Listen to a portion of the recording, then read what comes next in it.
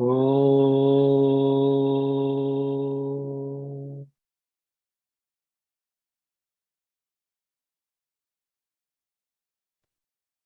Om.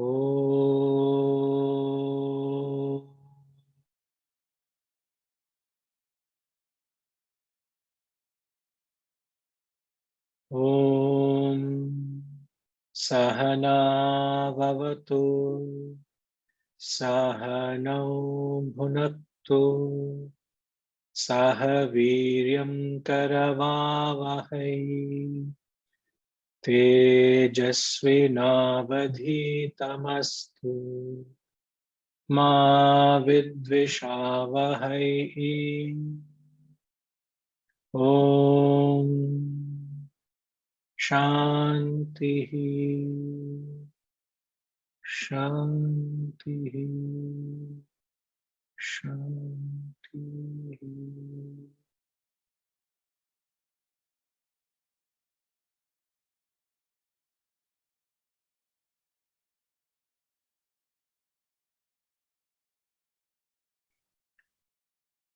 Shri Bhagavanuvacha Maya Saktamanah Partha Yogam Yunjanmadashrayah Asamshayam Samagram Mam Yathajñāsyasi Tatshunu Jnanam Teham Savijnanam Idam Vakshāmya Sheshatah Yagnyatva Neha Bhūyonyat Jnatavyam Avashishyate Manushyanam Sahasreshu Kaschid Dhyatati Siddhaye Yatatamapi Siddhanam Kaschinmam Veti Tattvataha Bhumirapo Nalo Vayuhu Kham Mano Buddhireva Cha Ahankara Iti Yamme Bhinna Prakritirashthada Apareyamitastvanyam Prakritim Vidhi Me Param Jiva Bhutam Mahabaho Yayedam Dharyate Jagat Etadhyonini Bhutani Sarvani Tyupadharaya Aham Kritsnasya Jagataha Prabhava Pralayasthatha Matta Parataram Nanyat Kimchidasti Dhananjaya Mayi Sarvamidam Protam Sutre Manigana Iva Rasohamapsu Kaunteya Prabhasmi Shashi Suryayo Pranava Sarva Vedeshu Shabdha Ke Paurusham Nrushu Punyo Gandha Pruthivyam Cha Tejaschasmi Vibhavasau Jivanam Sarva Bhuteshu Tapaschasmi Tapasvishu Bijam Mam Sarva Bhutanam Vedhi Partha Sanatanam Buddhir Buddhimatamasmi Tejas Tejasvinamaham.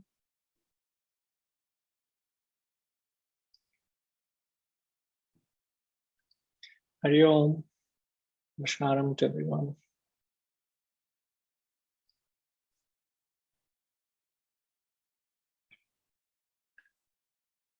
The last week, the third verse, when we did Manushyanam Sahasreshu Kaschid Bhyatati Siddhaye. Yatatam api siddhanam kaschin mam veti tattvataha. Among thousands of men, scarce one strives for perfection. Of those who strive and succeed, he says, scarce one knows me in essence.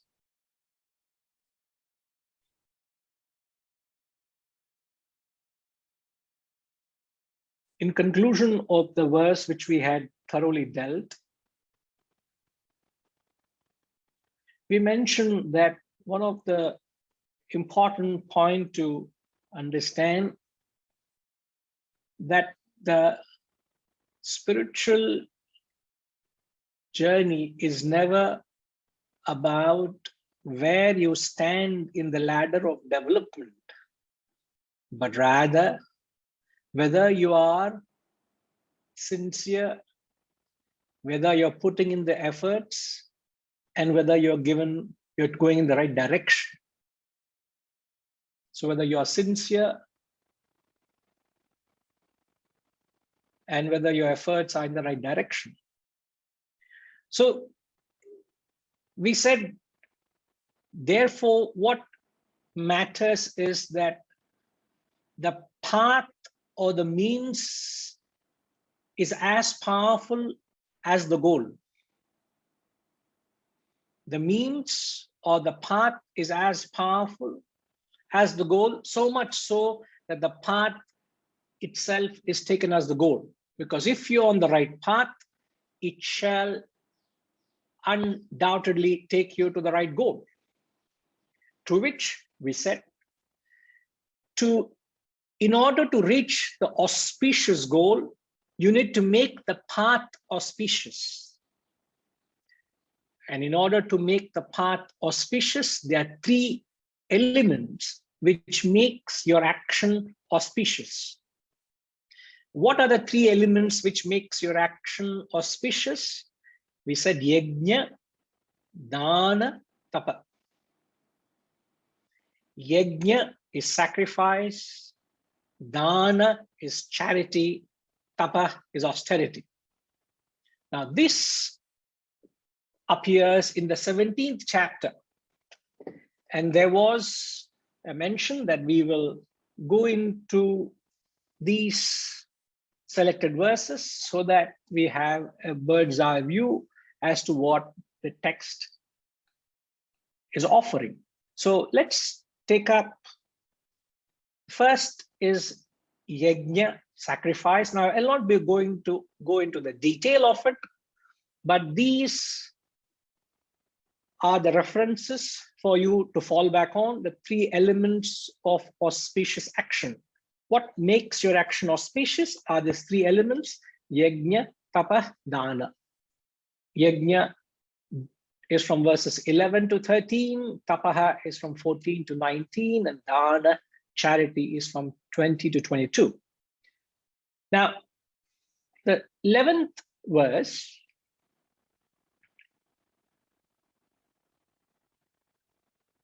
talks about Sattvic Yagnya, the sacrifice offered by those desiring no fruit, as enjoined by the scriptural ordinance, with mind well resolved that ought to sacrifice. Such is Sattvika. Having well resolved means very clear. You're very clear what ought to be done. The sacrifice offered where you desire no fruit. You don't expect anything out of that act of sacrifice or yajna, as enjoined by the scriptural ordinance. Scriptural ordinance means the Shastras. As enjoined by the Shastras. He just does well resolved that they should merely sacrifice. When you take up action as an obligation, when it is understood as a duty you have towards the cause you believe in, thereafter you don't operate on your likes and dislikes. You don't operate on your feelings and emotions. The sacrifice offered by those desiring no fruit. So when you perform that yagnya, now what is yagnya? Yagnya is not merely performance of that fire worship, even though it symbolizes the performance of that fire worship where you invoke fire, where you prepare the kun and invoke fire. The 4th chapter of the Gita talks how every action can be converted into a yagnya, converted into worship. Now, what are the 3 elements of an action? The 3 elements of an action, now I don't want to use elements, but 3 processes, I would say. The 3 processes are receipt, reaction, response. The receipt of stimuli from the world, reaction within your personality, and responses back into the world. Now, how to convert your receipt into worship, how to convert your responses into worship, how to convert the reaction into worship. These 3 aspects, how you can convert and transform every aspect of your action into a prayer. That is yagnya. Now here he says, so the sacrifice offered by those no desiring any fruit means you don't have any profit motive. There is no axe to grind. Now, when I say that, if you carefully examine any action and you keep going behind the action, it is very rare you will find that your actions have no motive. What I'm saying is, when you examine any action, it is very unlikely that your actions have no motive at all. In that sense, relatively, all our actions have some or the other hidden motive or hidden agenda. But the moment there is something to gain out of it, it is not sattvic. So that yagnya or that sacrifice you perform where you have no fruit at all, which is very, very difficult.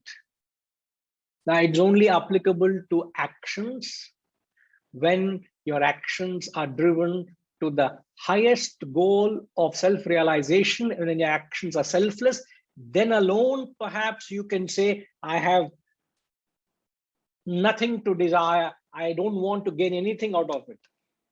Otherwise, invariably, there is a hidden motive. But in order to find out the motive, you need to go behind the action, keep going back and back and back, and find out what is that motive. And if you come across a point where you see a motive, you got to uproot it. You got to rationalize it and dismiss it. And then there's another layer until there is no motive at all. So sattvic is where there is no desire for fruit, enjoined by the scriptural ordinance, mind well resolved. You do your part, you do your action with the spirit of sacrifice. It's not quantitative, please. It is qualitative. So when you do it without an axe to grind, such action is sattvika. It seems very simple and straightforward. When you get to the rajasic and tamasic, you see how complicated it gets. 12th, please. Now, 12th, he says, the sacrifice which is offered, seeking indeed not only fruit, But dambha, dambhartham, dambhartham means ostentation as well. Know that to be Rajasika, oh best of Bharatas. And this is all from the 17th chapter. The sacrifice which is offered, not only you seek fruit, when you do something, you're instantly interested. What can I get out of it? You want to do something, you want to do some sacrifice, you're instantly gaining a name or a recognition. He says, you have a fruit in mind. Dambha, ostentation. You are, what's the best description of ostentation?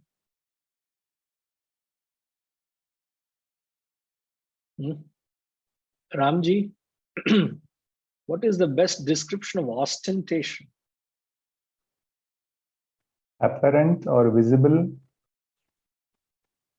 or you can deduce, you can deduct. Why you use the word deduct? Deduct means you can deduce, you can Conclude? you can deduce is actually taking the essence of it. That is, you come to a conclusion out of some confusing situation, then you deduce. So when somebody does something with a sole intention of drawing attention, can you think of an example? Well, all the people who throw tantrums just to attract attention, like they could be politicians, they could be film stars, they could be even people who donate money to attract attention. If you see, even for charitable causes, people donate, but more with the intention of attracting attention. In the realm of where there is a sacrifice, a visible sacrifice, Yeah, where you do it on certain conditions. In fact, there are people who do it on certain conditions. right.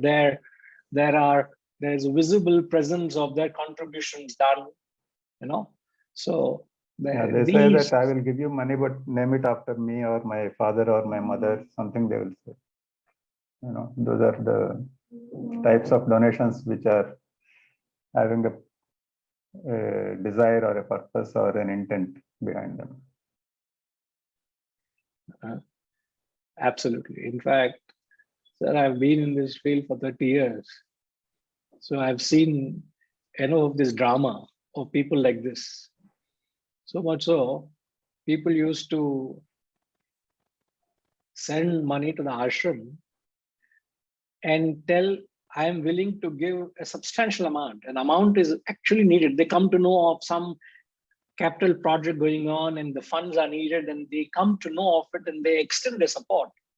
And the condition they lay is, please put a signboard that in memory of my father or mother or uncle or someone, in memory of. And I know Swamiji used to reject it. So nothing doing. To the extent where they used to say, I will donate this amount. Can I have a place for myself there in the ashram? Possessiveness. He used to say, I don't need your amount, but you have place all through your life to come and do a sadhana. For that, you don't have to contribute. Please come. There's enough place to accommodate those who want to study and do sadhana. But don't try to club that with this. Correct. So very few are people who do sacrifice on the pure sense of the term. But if at all, there are people who do with an intention of gaining some kind of a fruit and the moment it becomes ostentatious, it becomes vulgar, isn't it? That, he says, makes it rajasika. There's a lot to come, so we'll sail through. 13.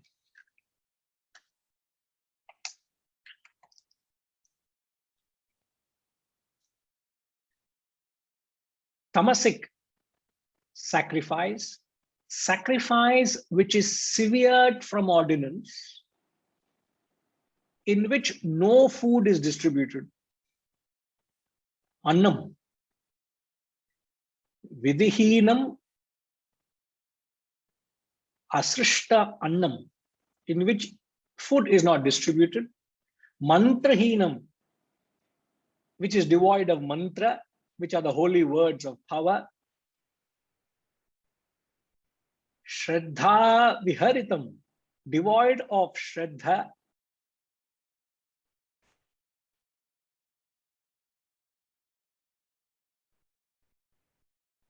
Is declared tamasika.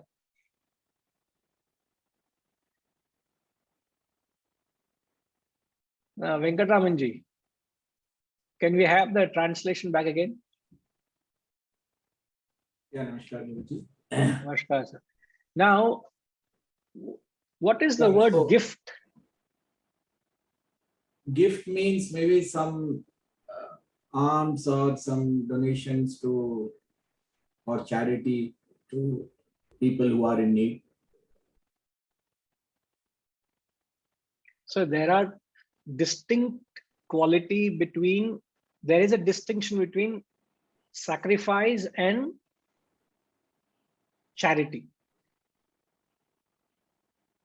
Yagnya, tapa, dana. Yagnya is sacrifice, Okay. dana is charity. Now here he says, when sacrifice which is severed from ordinance, all that we'll get through it, in which there's no food distributed, which is endowed of mantra. Now, do you know what's the Sanskrit word? Of what? Gift? Gift, in the verse itself. Shraddha virita mantrahina madi dakshinam. Is that what it is? Mantrahinam adakshinam. Dakshinam. Okay. So the word adakshinam means gift. Wait. Okay. So in which there is no gift nor shraddha. So here, what do they mean then by gift? Now, Shraddha, I could understand. There is no faith and all. So gift means something to be given to someone, or in the process, what is it? When, you know, the word from this adakshinam comes guru dakshinam. Guru Dakshin. Okay. So the word guru dakshina comes from the root adakshinam here. Okay. So when a sacrifice is done and the recipient doesn't do guru dakshina, when you don't give a gift back to the services received, it makes it tamasik. Okay. It's Guru Dakshina. Okay. See, the word guru dakshina is qualifying the word adakshinam, but the adakshinam is the gift. Okay.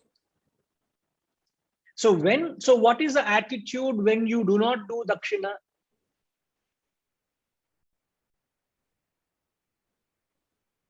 Probably one is being very kind of arrogant or not trying to repay the knowledge what he's getting in some form or not being thankful.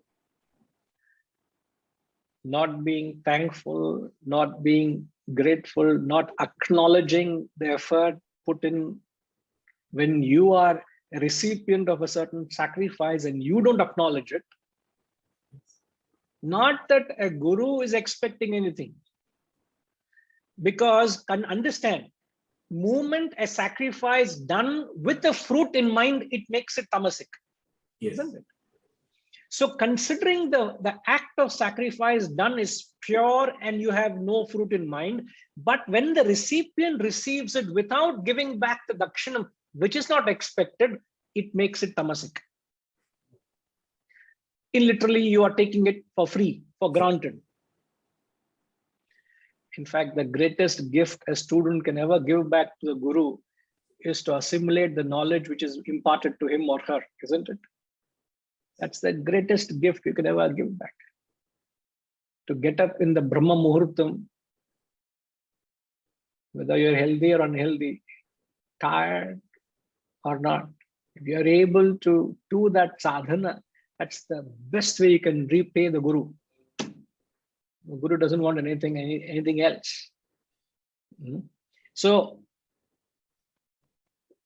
contrary to scriptural ordinance, severed from ordinance, disregarding the scriptural injunctions, no food is distributed,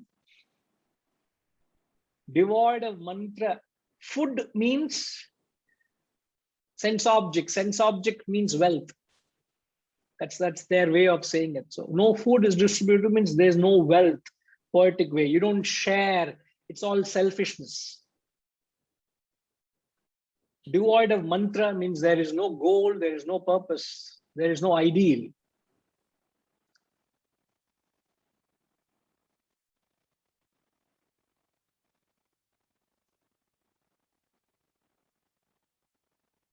No holy words of power.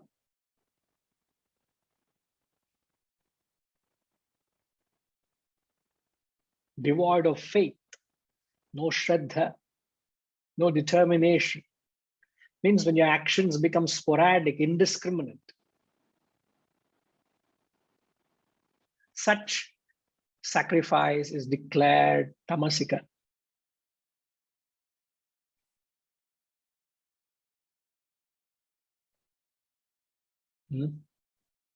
Shivaji is asking, is goal not an expectation? So expectation and goal are two opposite terms. Expectation is selfish. Goal is defined as something which is beyond your selfishness. That is how the text describes a goal. So your goal could be unselfish and the highest goal is self-realization. How can there be any selfishness in that? So that's the use of language to convey the spirit. So when there is some hidden agenda to satisfy or gratify your own personal end, then it is, you can say, a desire or an expectation. But if the object is only to serve something beyond your own self-centered purposes, then it is not an expectation, it's a goal.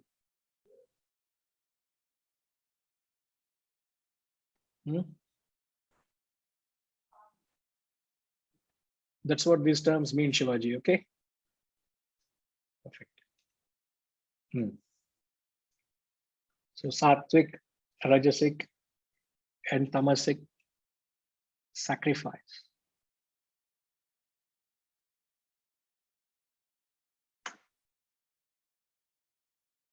Tinkima?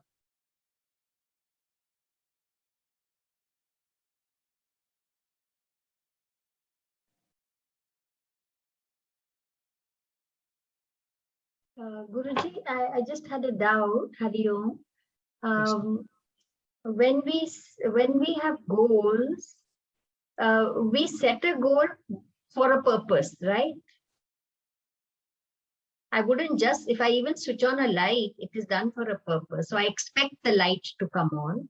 That's a very simple thing. But in any goal, we may not, we do expect that I will get a result. We may hope for the best result, but not, if I'm not insisting on it, then what is the harm in expecting a result? I'm not insisting that I must only get result A. I'm not saying that because that's not in my hands. But when I set a goal, any goal, would I not? Like even if I leave home to get to a point B, I expect to get there. I don't verbalize it or say it in so many words. So what are you asking, Ma? So what I'm Sorry. asking is that, is it not natural that all of us, when we set goals, there is an expectation that with this goal, this is where I'm going to, what is going to be the end product, result, consequence, whatever. But I'm not insisting that it has to be a particular goal. Is that okay? Is there a difference? Or so when we say that do an action without expectation of results, that means without insisting on a particular result or without having anything, I'm just doing it. Bas. Then that, how can that be a goal? Then it's just an action. No, an action cannot be performed without a thought backing it. The question is whether is it a selfish thought or is it an unselfish thought. When your thoughts are driven to satisfy an interest of a larger cause, it is called a goal. Or the same action can be done just to satisfy your own personal interest. Now, in either case, you can have an enormous anxiety or an attachment to it. Is it not possible that you develop an anxiety? Is it not possible that I develop an anxiety towards the work I'm doing? Yes. That is what we're saying. Insisting that you want a particular result. Correct. Yes. So you, but at the same time, your goal is that you should reach class on time, so that you start on time and that you are prepared so that you can deliver the discourse. Then there is an expectation that I'm prepared, I'm on time, and I will do my best. That's it. Isn't that an expectation, or that's not an expectation? Because this expectation is a very confusing kind of, interpret. I don't know how to interpret it. So see, expectation from myself is an expectation, or only from others?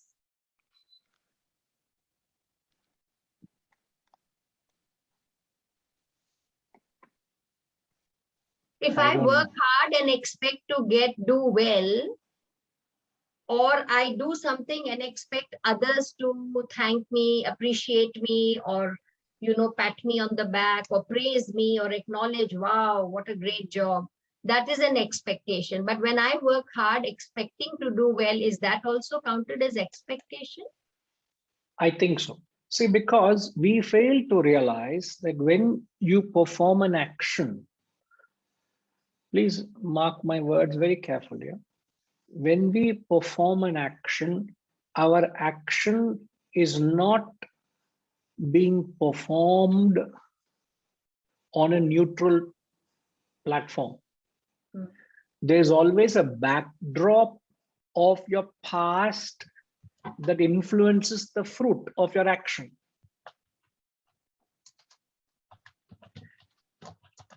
When you perform an action, there's always your past that influences the fruit of your action.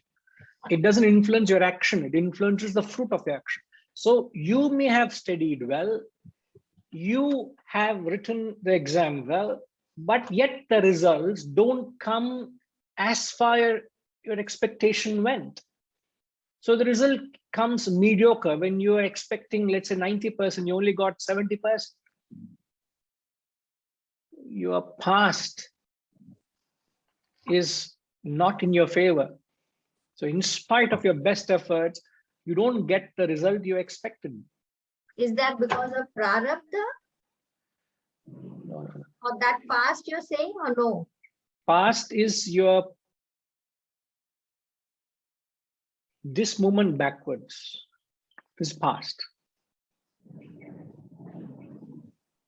This movement backwards is past.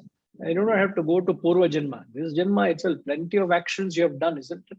The actions you have done incurs punya or papa, isn't it not?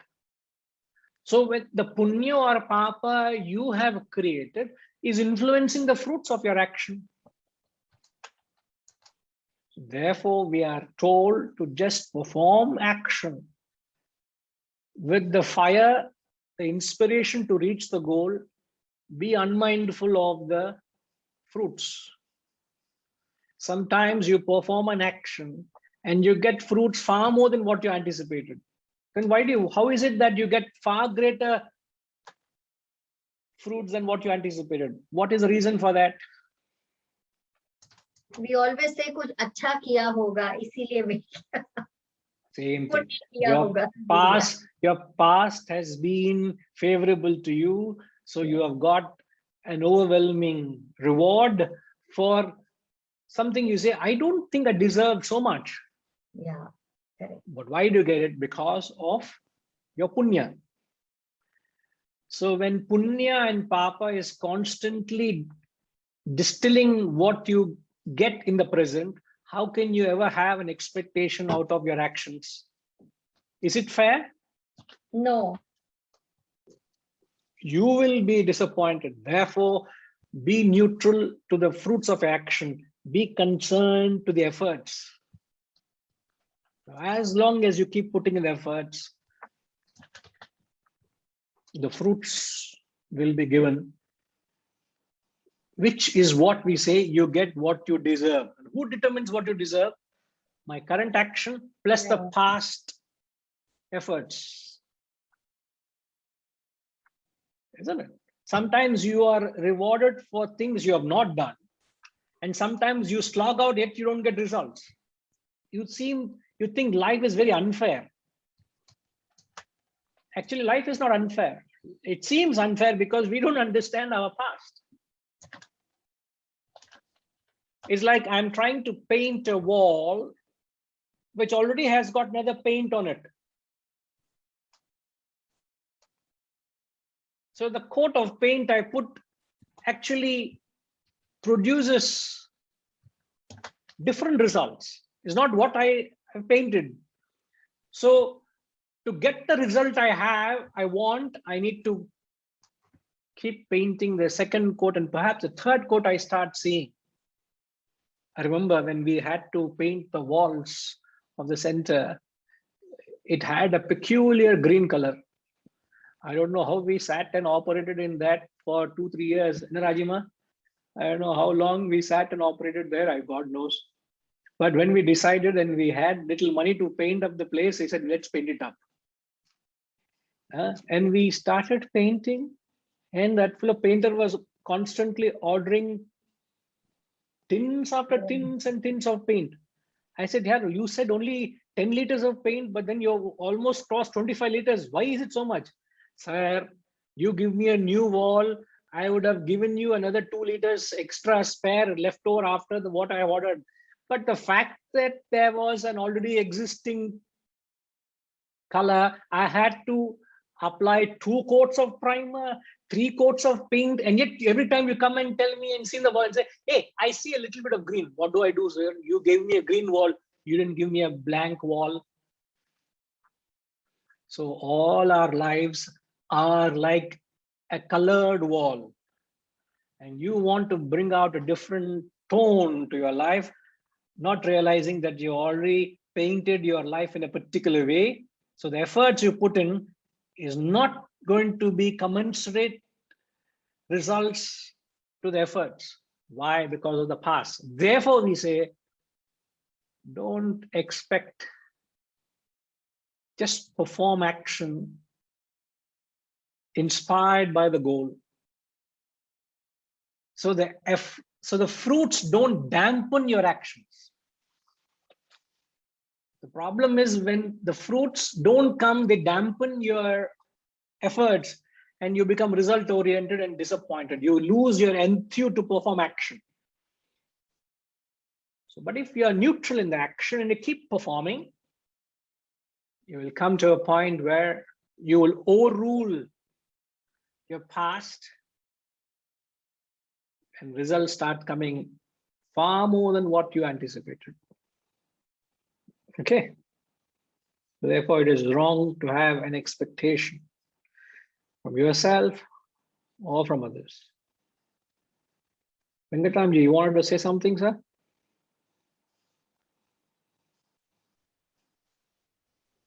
normally for people who have a lot of, what we say in a common parlance is he's very lucky. He got many things. So probably then his karma was something which he did good karma, and that is why. But in a real world, I fully agree with you that one should not get what one has to say, kind of dejected. Sorry, Venkatramji, I am also in the real world only. I am not unreal world. No, not in the Why do you qualify that way? No, in the sense, okay, in this mad world of where everybody is chasing everyone and all these material things. Okay, let me just give you an illustration. I fully agree that we should not get disturbed or distressed by the failures. But then probably, okay, let me just take my own example. So I am supposed to deliver, say, X, Y, numbers, targets, whatever it is. I might put all the efforts and sometimes I might not get it, which is fair. But then do the other people around me, the different stakeholders, if they don't view in that way, and let us for a second say that they throw me out. So probably then I can satisfy myself saying probably I did a bad karma sometime, and then since I was not getting the results, I was thrown out. But otherwise, because those people might not be patient enough, they might say, okay, so how do we interpret that particular thing and rationalize? Is it rationalizing to ourselves, or is it, okay, again, saying that, okay, I will still put my best or probably try to do it differently and things like that? There's a confusion in this kind of situations.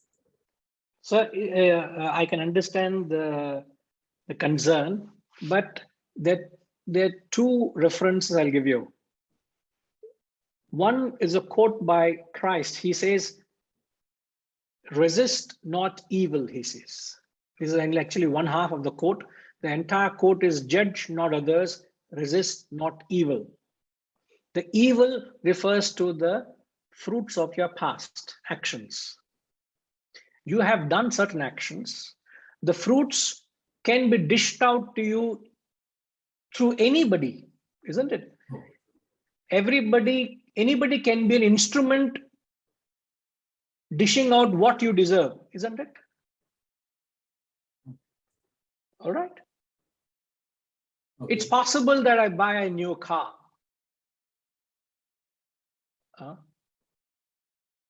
And you park the car and it happened, in fact, in 2000, I think 2004 or something, in Malaysia, a brand new car. Family also was not, they were in India at the time, 2005. And new car, parked and went for the class. Came back, somebody had hit the driver's side door and the side mirror. All of it was fairly damaged. So second day it went back to the showroom for whatever repair, and insurance paid off, and if it has to happen, has to happen. So the person who hit me, does he know me? Was there an intention to do anything harm to me? But yet I get what I deserve, isn't it? But he was probably not driving in the right speed or maybe in the right direction or something like that. He will face consequences of his actions. Okay.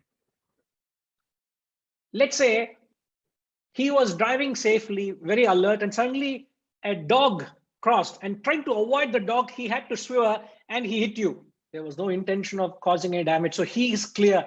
His intention is to save that innocent creature. But if he was drunk, or if he was reckless, or if he was not responsible, then his actions incur karmas. So this is how karma functions. Okay. Somebody does something to you, there is no personal agenda, but you get it because I deserve it. Therefore, when evil happens in your life, Christ says, do not resist it. Accept it as gracefully as you can. I do not know what I would have done to deserve this, but if it's happening, there has to be a reason. Let me accept it. It can happen because of someone in your own family, or it could be a stranger out there. Somebody could backstab you. I read I can't get the actual quote. When somebody backstabs you, what kills you is not the stab. What kills you when you look back and see who stabbed you? That kills you. Interesting, isn't it? It's not who stabbed, it's not the stab that kills you, but when you look back and see, oh man, was it you that backstabbed me? That kills you. You too, Bruti, then fall Caesar. Caesar fell because when he saw the dagger in the hands of Brutus, he gave up. It's not that he could. In fact, Caesar was actually going to defend himself. But then what shocked him, is the dagger in the hands of Brutus. So that's the one point. The second point is there's a verse in the Gita which says, Karmani eva adhikara ma phaleshu kadachana. So your right is only in the action, never in the fruit. So perform actions to bring about the right results, but when fruits do not come as favorable as you anticipated, let it not dampen your spirit to produce. Just because you did not get a contract, or just because you have failed to deliver, meet your targets and goals, does it mean your action is not incompetent? There are factors beyond which you have performed action. Accept all of that gracefully and perform only the karma. So shift your focus so that focus shifts onto the action. The fruit doesn't impair or demotivate or remove the spirit of performance of action. You get it? Okay. Thank you. So thereafter, you don't have to worry. Sometimes you meet the fruit, sometimes you don't meet the fruits. Okay. Okay. Thank you. All right. Right. Yes, ma.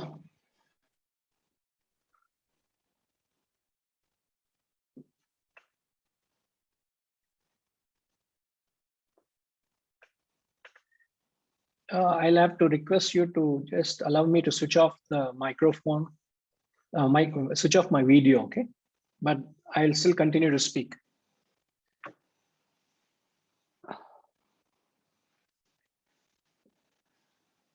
So the 14th, Hariji, if I can request you to put on the grid view, please. So the streaming goes that way, okay?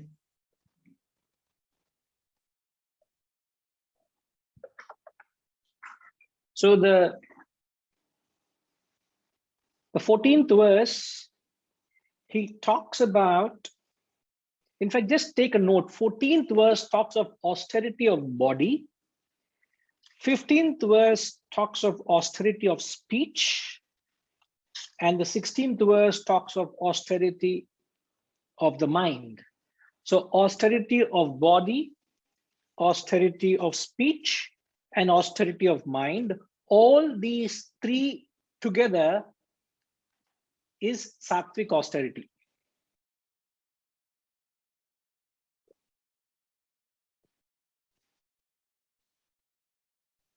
So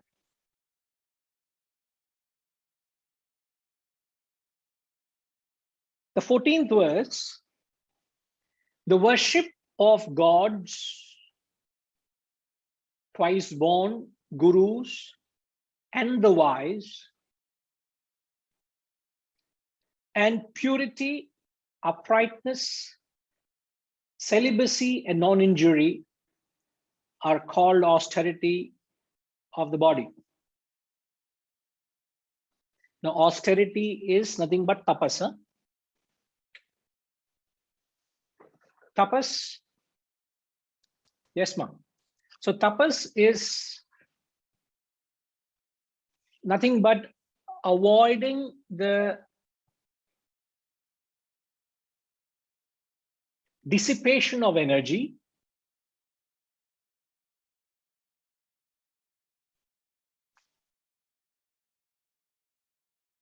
and redirecting the conserved energy to the higher goals. So he says, austerity of the body is you worship the gods, against means higher goals. Twice born, the Brahmanas are called twice born.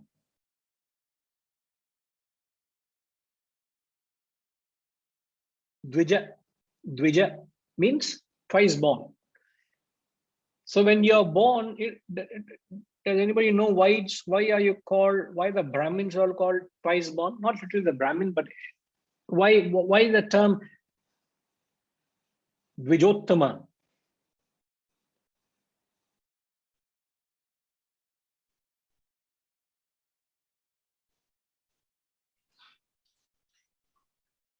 So Yes, Ramji. once when you are physically born, that is the first birth.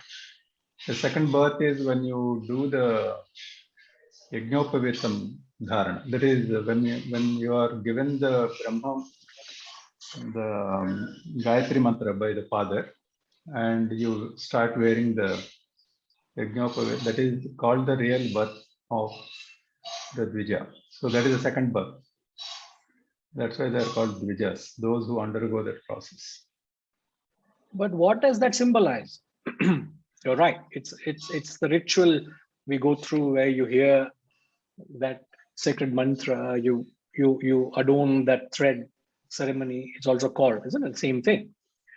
I think in other customs it's called Upanayanam, also the same thing, isn't it? So, but what does that symbolize? It symbolizes the start of your brahmacharya. And I mean, I'm just giving my own knowledge. I may not be correct, but it is the start of your brahmacharya diksha. And you go through, in the olden days, they used to do it at the age, very early age, 6 years or 8 years, things like that. And then you go to the guru after that. Then you go to the Gurukul, and then you are under the guru's tutelage. So your education, your brahmacharya, all that starts after that. Right. In fact, what it symbolizes, you're not wrong, Ramji, but you know, the broader interpretation to that is we are born physically, but when the ceremony is born, your entire personality is born, which is, it is the birth of your mind and intellect. So the average age is 13, 14. That's the time they perform this to the boys, you know. So even if you look at the ladies, the girls, they mature around that age. So symbolically saying you are fully born as a human being. Physically, you're born 14, 15 years ago, but now you're completely matured as a human being, symbolizing the birth of the mind and intellect. So the Dvijottama. So the worship of the gods is understood. Worship of Dvijottama. Why are Dvija? Why are the Brahmins to be worshipped? Because these are the people who keep this knowledge alive. So we bow down to them because they uphold this knowledge of the self. The Brahma Vidya is upheld. And then you worship the gurus because they dispel the darkness. The wise, purity. At the physical level, you practice shaucham, uprightness, celibacy, control of the senses. Is not sense denial, but you control your senses. Celibacy is, you spoke about celibacy. Brahmacharya is to control your senses, non-injury. This is the austerity of the body. Move on. 15.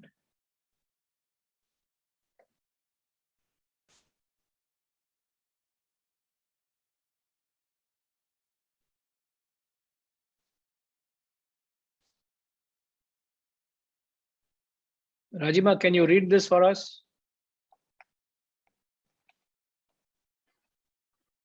Speech without excitement is truthful, pleasant, and beneficial, and also practice of sacred study are called austerity of speech.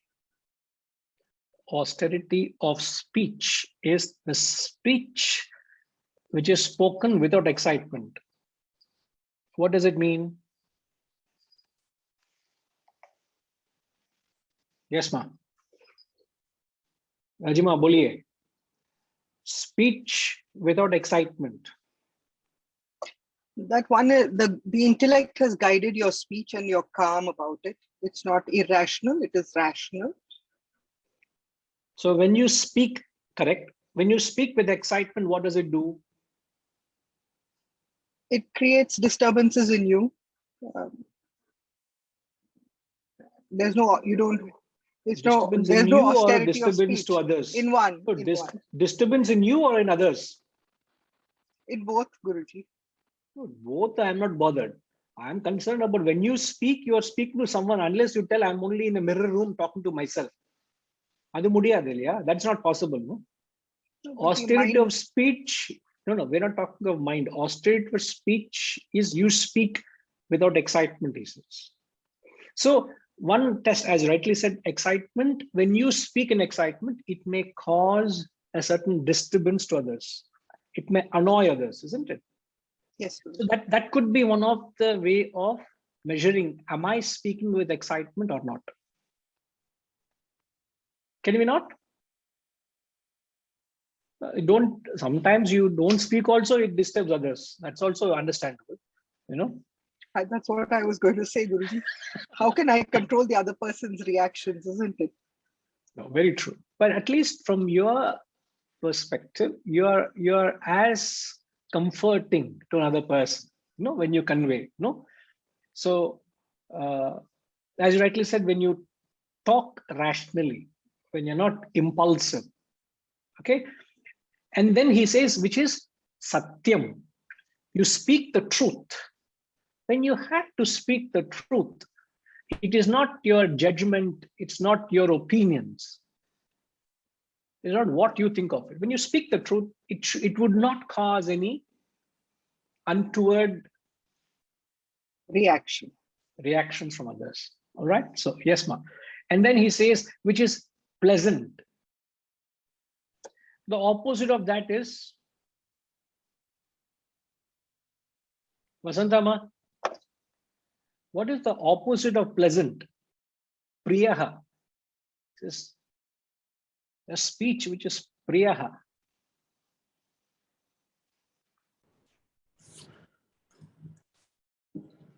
Pleasant is causing annoyance to the other person, irritate the other person. Annoying, irritating, okay. Sometimes, you know, when you speak with sarcasm, if you're sarcastic in certain things and double language, you say one thing but you intend something, it's not pleasant. Sometimes you're insulting someone, it's not pleasant, isn't it? Can we say that? It's like somebody asks you, when is Swamiji coming? You know, you turn back and say, I'm not his PA to tell you when he's coming or not. I'm asking you, thinking that you know about it, and you answer back as I'm not his PA. It comes very disturbing. It's not pleasant to hear, isn't it? When it hurts the other person.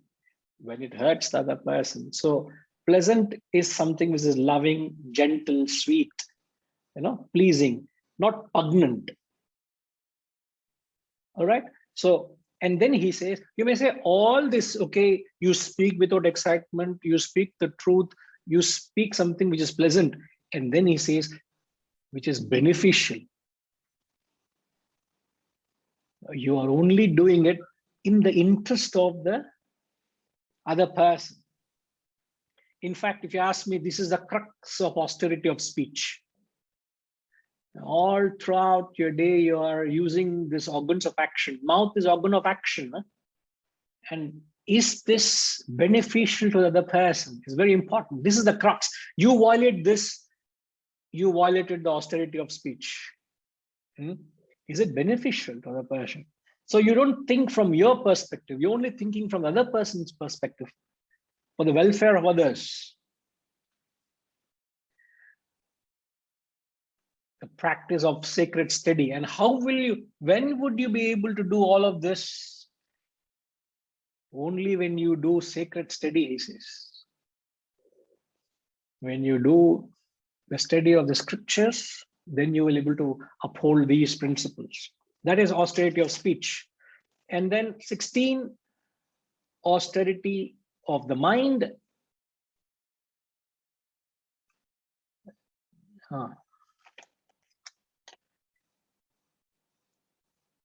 Mana prasada saumyatvam maunamatma vinigraha. Serenity of mind.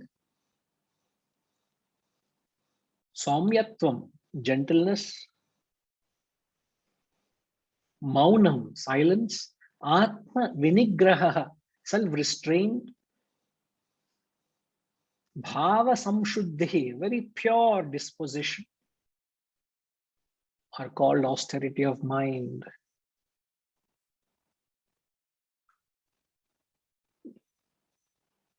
Now, why he spells it out? He spells out sattvic tapaha, as I've said, as austerity of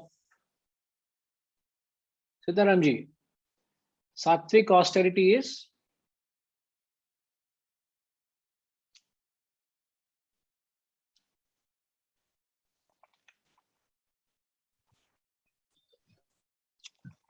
Sorry, I'm a bit lost, Swamiji. you're lost. How could I know that you were lost? Because we have not touched the last 40 days. No, but there's everything that you could have followed, but have you been following the line of thought? I have been trying to. I'm Right. trying to get my Now- mind back to all these things. Okay, fair enough, no problem. So what I was trying to recap is sattvic austerity is upholding austerity at the physical level, upholding austerity at the speech level, upholding austerity at the mental level. So if you practice austerity at all three levels, it qualifies you to be a Sattvic. sattvic austerity. Yeah. All right. Now you know how difficult it is to get into all these, each of them, and Yeah. uphold it, you know, which is to keep your mind serene, to be gentle.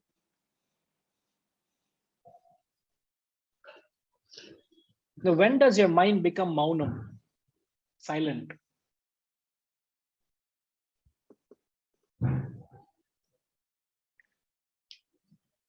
When It is calm. easier to answer the opposite of it. Yeah. So what is the opposite of silence? No, when your mind is disturbed or agitated. Now question is, when is your mind disturbed or agitated? When you're full of anxiety, desires which are unfulfilled, that's time it causes you anxiety and agitation. When your mind is extroverted, you will find yourself, you're disturbed. Yeah. In order to keep your mind silent, you need to be introverted, Introverted. isn't it? An introverted mind is silent. So you will find all these things are very interlinked. Okay, Ji? A very pure disposition.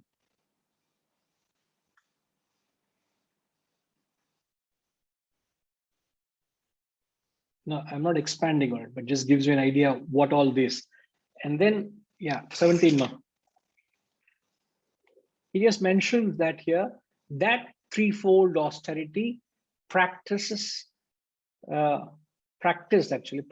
by devout men with utmost shraddha, and again desiring no fruit, is sattvika. 18. The austerity practiced with the object of gaining reverence, honor, and worship here, and also with ostentation, is said to be rajasika, unstable and transitory. So you are doing tapas so that you gain good reception. You want to be revered by others. Honor means you want to be respected. You want people to bow down to you. You want to be honored and worshipped. You don't do tapas for that reason.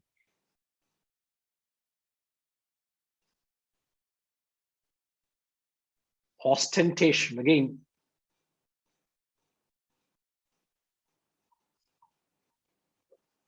Showing off, self-glorification. And such people who do it unstable and transitory, they can't sustain themselves. That's what it means. Those who do tapas for wrong reasons can't sustain themselves in a sadhana. 19. The austerity practiced with the foolish notion, torturing oneself or aiming to destroy another is declared tamasika.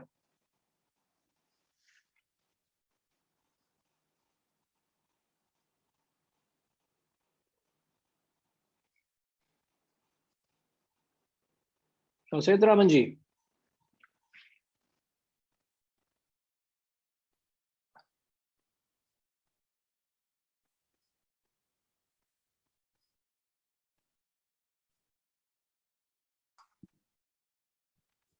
Hariom Guru. Hariom, sir.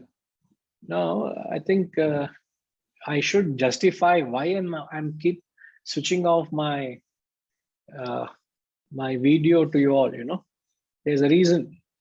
Actually, after a long time, I went for a partner.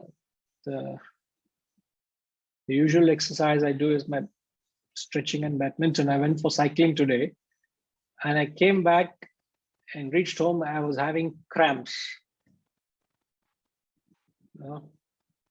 And as I'm sitting, I tend to sit with my legs folded. So you'll not believe the amount of excruciating pain I'm going through. I'm not able to keep my legs folded nor stretched. So so it's hurting. So just to make sure that I'm standing and stretching and talking. So adhikaga. So it will go. It's just a minor discomfort. Yeah, Setuji. So I have to justify why suddenly I'm appearing and disappearing, you know. But that only, again, not to trigger any feelings from you all. So the question I want to ask is, here he says, the austerity practiced with foolish notion, aiming to destroy another. Another. Aiming to destroy the another. Guys, I just share the verse so that we get the exact context.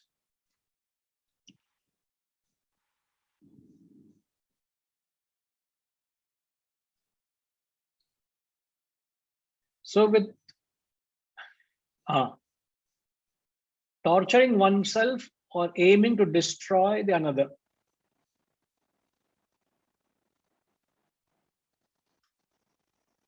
So the Sanskrit section is parasyo sada narthamva.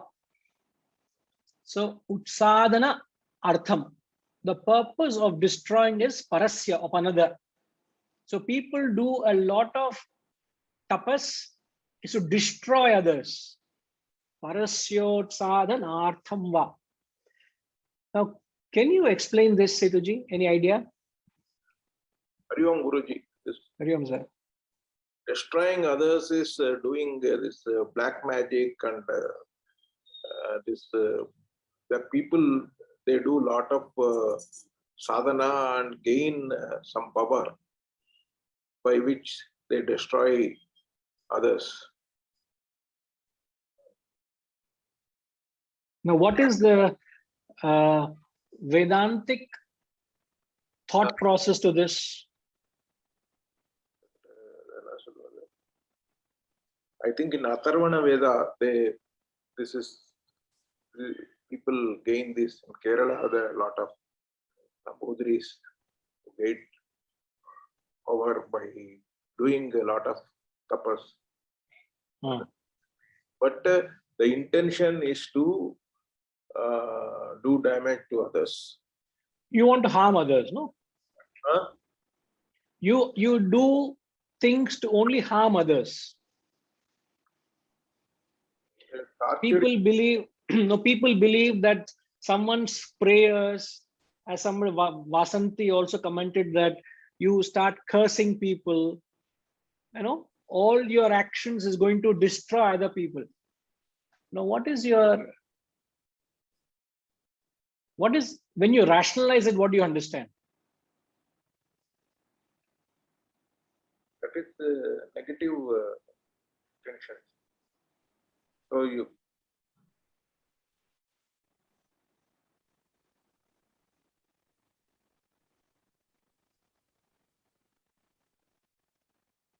now I'm trying to once understand it and then rationalize it.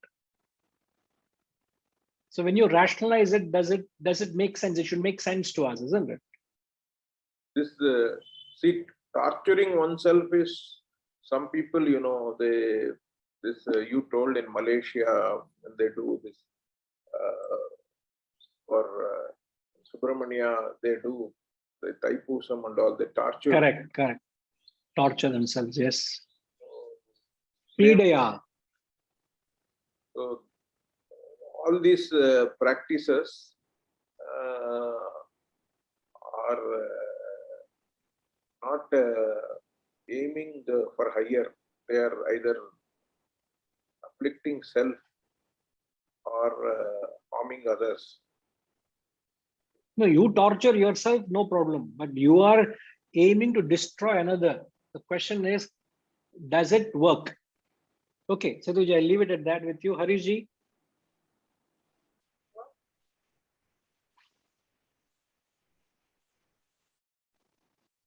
Hariom Guruji. Hariom, sir. Now, what do you think the Vedantic rational thought process would be to this? Like, for example, I am doing prayers for your destruction. I will never do that. Just for example, I'm saying. Yes. If you do that, how do you justify that? Does it fit into your rational? Does you think the intellect accepts it? Guruji, it all comes down to what you have been saying all the time, which is that it is not the action per se, but the intent behind the action.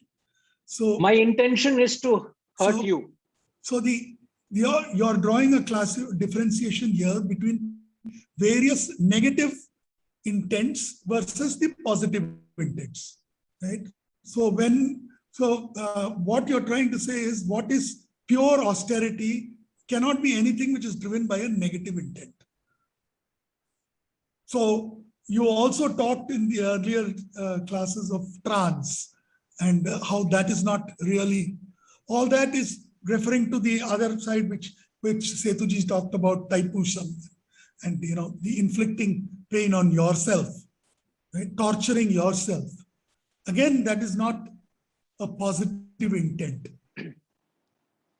Harishji, I don't know whether I'm able to communicate myself. What I'm asking is, as the text says, you are going through certain exercises to destroy other people. The question is, such negative intentions of mine, does it actually fructify in destroying other people? Does my prayers or me practicing tapas, does it impact the other person? No, it doesn't. This is what I wanted. When you start rationalizing, now these are the people who do tapas believing that their actions are done to destroy others. But what we must understand rationally is, you are affected, ruined not by others' actions, but by your own foolish actions. If I do something stupid, I will be paying the price of that action, not because somebody has done prayers or done certain black magic, as Setuji said, or some kind of evil thoughts. There is no external factor that determines your destiny. What do you understand by destiny? Yes, Harishji? Your future is in your own hands. Your Destiny always refers to the objective of your journey. present. The present destiny where I am, who determined it? Only myself, isn't it? Nobody else's action are instrumental in my destiny. They don't determine my destiny. It's my own actions. It's how I react to those situations which others have presented. That determines my destiny. They have not defined it. It is defined by my own actions. So Vedantic way, these people believe in it and do it, but it doesn't work.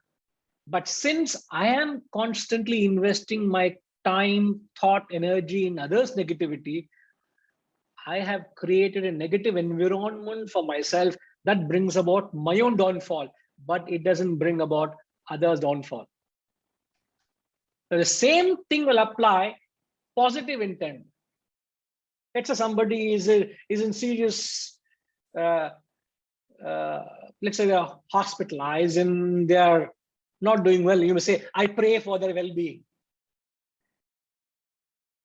Now, do such prayers transmit in their recovery and well-being? UK? She was nodding head, so I need to get clarity to that.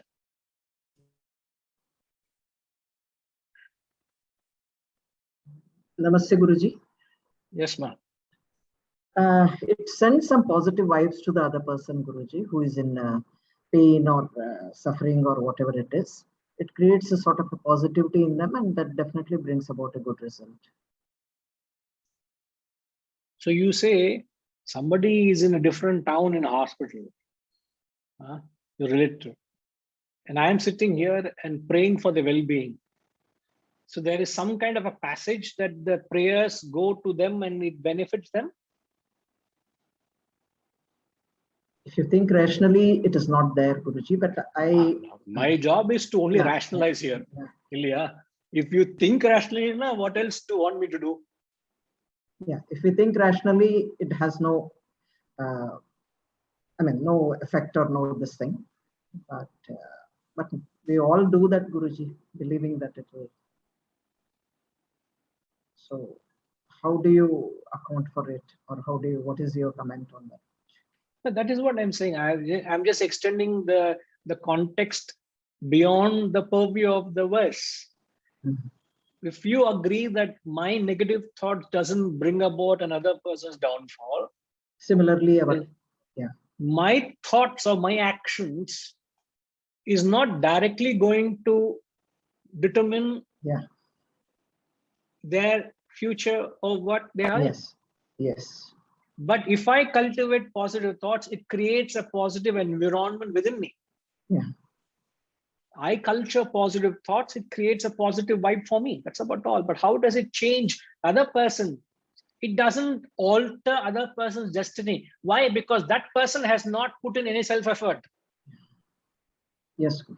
It's like you do spiritual sadhana and I'm evolving. Is that possible? No. That's not possible. It's like I exercise and somebody else becomes fitter. Oh, Harishji went 10 kilometers extra cycling, my legs are cramped. It doesn't happen. If he goes extra, his legs will get cramped, not my legs get cramped. Yes. Yes. So what we are trying to say is everyone's karmas and actions are individualized. It can't be influenced.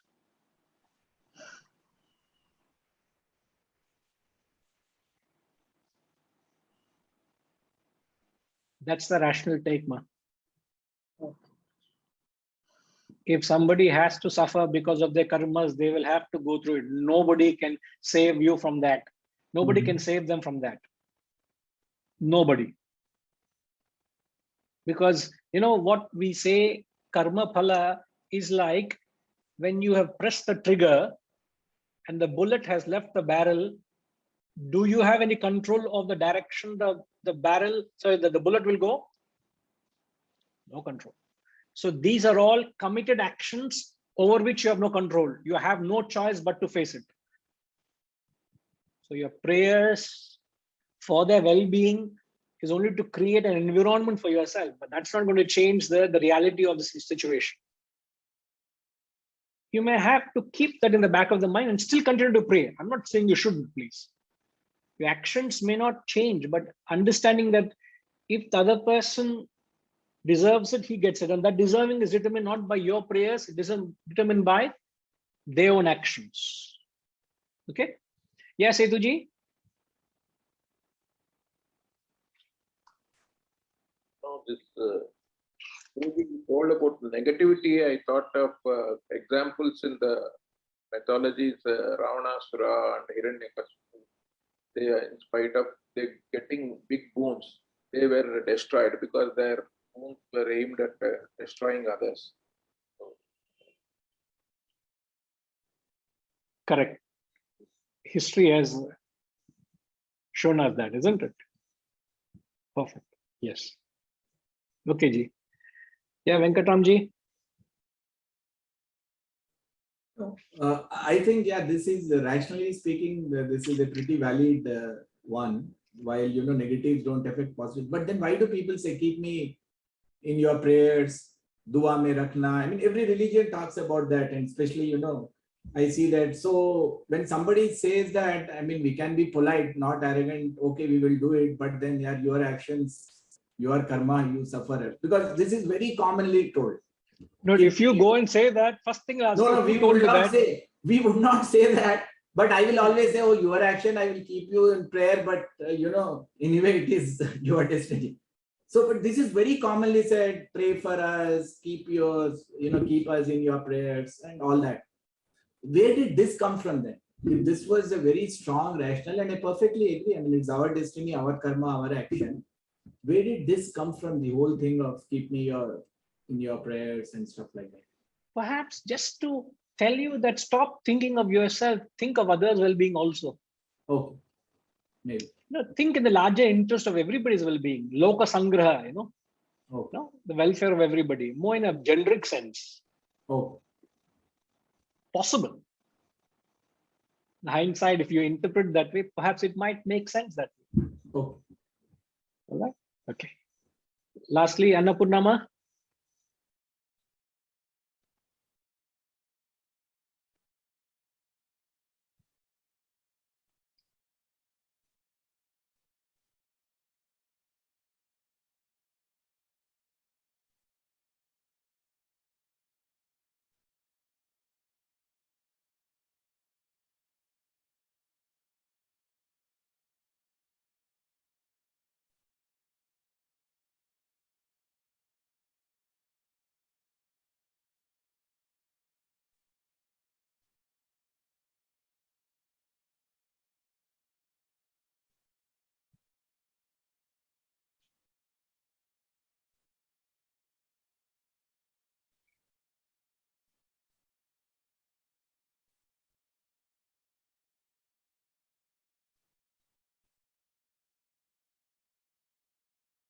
I think looks like there is some technical issue, ma. We can't hear anything, and I also see your picture is actually buffering.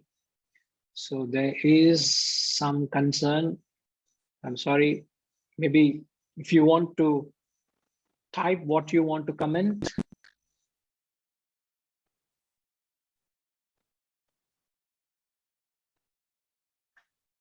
No, actually, we can't hear you at all.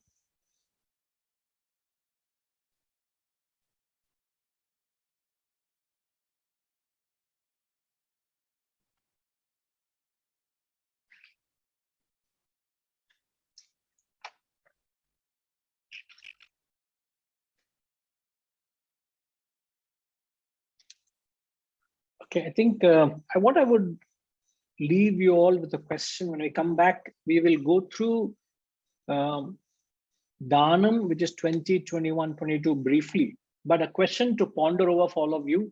What is the difference between Yagnya, which is sacrifice, and Dana, which is charity? This should be the obvious question you should have, but just something which you can ponder. I'll expand on Dhanam, which will give you the clarity.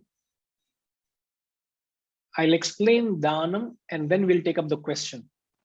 So perhaps you will get some pointers if requiredly. So the question is, what is the difference between Yagnya and Dhanam? There is a difference. That's the reason these three are essential elements to which makes your action auspicious. So Yagnya, Dana, Tapa, right? We'll come back. Okay. Om Purnamada Purnamidam Purnat Purnamudachyate Purnasya Purnamadaya Purnamevavashishyate. Om Shanti Shanti Shanti. Hari Om. Shri Guru Bhyo Namaha. Hari Om.